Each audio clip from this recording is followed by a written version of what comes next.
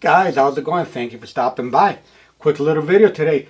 I was thinking, well, remember at the beginning of the year, a few days ago, at the beginning of 2019, that I told you I was going to shrink my collection down, and I've been thinking about it. I've been going around and see what pieces I'm going to sell, and around the same time, I got an interesting email from an Instagram, not an email, Instagram message from a friend of mine that we talked back and forward, and he was asking me, what do I think? It's the perfect watch collection. What pieces should always be in a watch collection? So these are going to be 3 pieces that I think every single watch collection should have. And I know your style of collecting might be totally different than mine. As far as what do I think that would complete a collection, even if you have a high-end, mid-grade, or a little bit of everything, I think every collection should have at least one of the following watches. So the first watch, I'm going to say Panda Dial. Why a Panda Dial? Panda Dials are iconic. They're just beautiful to look at. And I would go with the white dial with the black sub dials. And I would try to do a 2-register one because it just gives you a cleaner look. 3-register one is fine, but I would try to do a 2-register one. It gives you a nice, smooth, nicer, more spread out look. And I think that's one of the watches that every single watch collection should have at least one. It's a little bit of a mixture in between a dress watch and a sports watch and a casual watch. It gives you a little bit of everything. So that's one of the watches that I will always keep in my collection. Try to keep in my collection a 2-register Panda Dial. Like I said, if you get, and you might like modern, you might like vintage. I personally like vintage, so it makes it a little bit easier. But if you like modern, I know there's a lot of models out there that you could get, and are just as nice as a vintage model. Second watch I would get in my collection would be a dress watch. Okay, hear me out. I would try that dress watch to be solid gold. Now, it doesn't have to be something super high end. And this dress watch has to be 36 millimeters and no less than 33 because I know there's a lot of 30 millimeter dress watches, like Patek Philippe Calatrava, the vintage one. I know it's a 31 millimeter case. I would do no less than 33, but no more than 36. A gold dress watch, if you go out and you have a gray suit. You know, I was always thought that you have to match your shoes with your belt, and I threw in the watch strap. So if you go out with black shoes, black belt, you could always switch that to a black strap. If you go out with brown shoes, brown belt, you could always switch that to a brown strap. You could always do the variation however way you want it, and you could.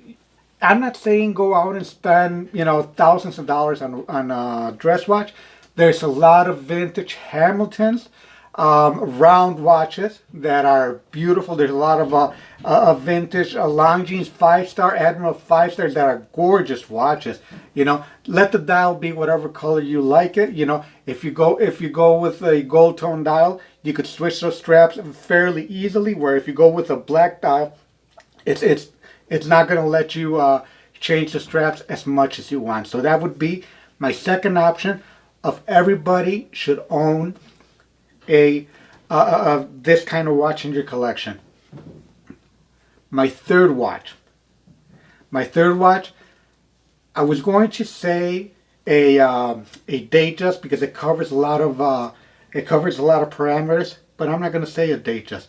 The third watch everybody should have is any kind of Seiko with a mechanical movement.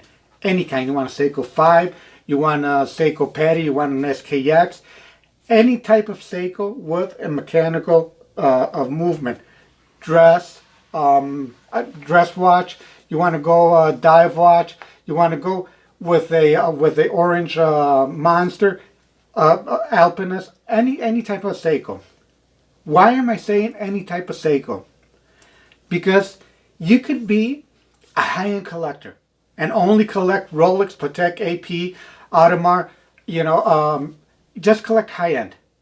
You deserve a watch that it made no difference to your wallet, that it made no difference to your everyday spending habits. It was just $200, $300, $400 in your pocket, and you deserve a watch that is going to give you that good sense of owning a good watch that didn't require a lot of money. I don't know if I'm explaining myself, how I'm thinking. That's a watch that everybody should have, and I think Seiko gives everybody that feeling. The feeling of, geez, I bought a great watch and it didn't break the bank.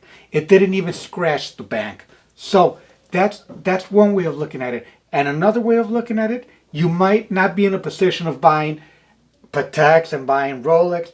You might be in the position of buying a lower and affordable watches, probably like me, because that's what I own. So owning a Seiko it's the same feeling as if I would have thousands of dollars in my collection. If you don't have thousands of dollars in your collection, that's fine. It's going to give you the same effect. Owning a watch that makes you feel good, that knowing that you could go out and spend $250 on a patty, and the watch is going to give you exceptional service, winding, hacking, the best loom in the industry. That's the way I see the patty. The best loom in the industry. Yes, Rolex buyers, I think my patty has better loom than your Rolex. I own some Rolex, and the loom is not the best. But I mean, that feeling of owning that watch, I think everybody deserves it, and everybody will enjoy having that watch that didn't break the bank and gives you exceptional service and exceptional beauty. And the only company, I know you're going to suggest other companies, Orient or Timex or whatnot. To me, Seiko is the only company that helped me achieve that goal. That goal of buying an exceptional watch at a very, very reasonable price. So I've owned a few Citizens automatics, and it just didn't feel right like the Seiko did. I've owned other small brand watches, and they don't have the durability or the recognition that Seiko has. So that's why this is my choice. But these are 3 watches that I think every collection should have. What do you think? What are your 3 picks? Let me know, guys, down here. Thank you so much, guys, for stopping by. Appreciate it, and I'll catch you guys in the next one. Thank you. Appreciate it.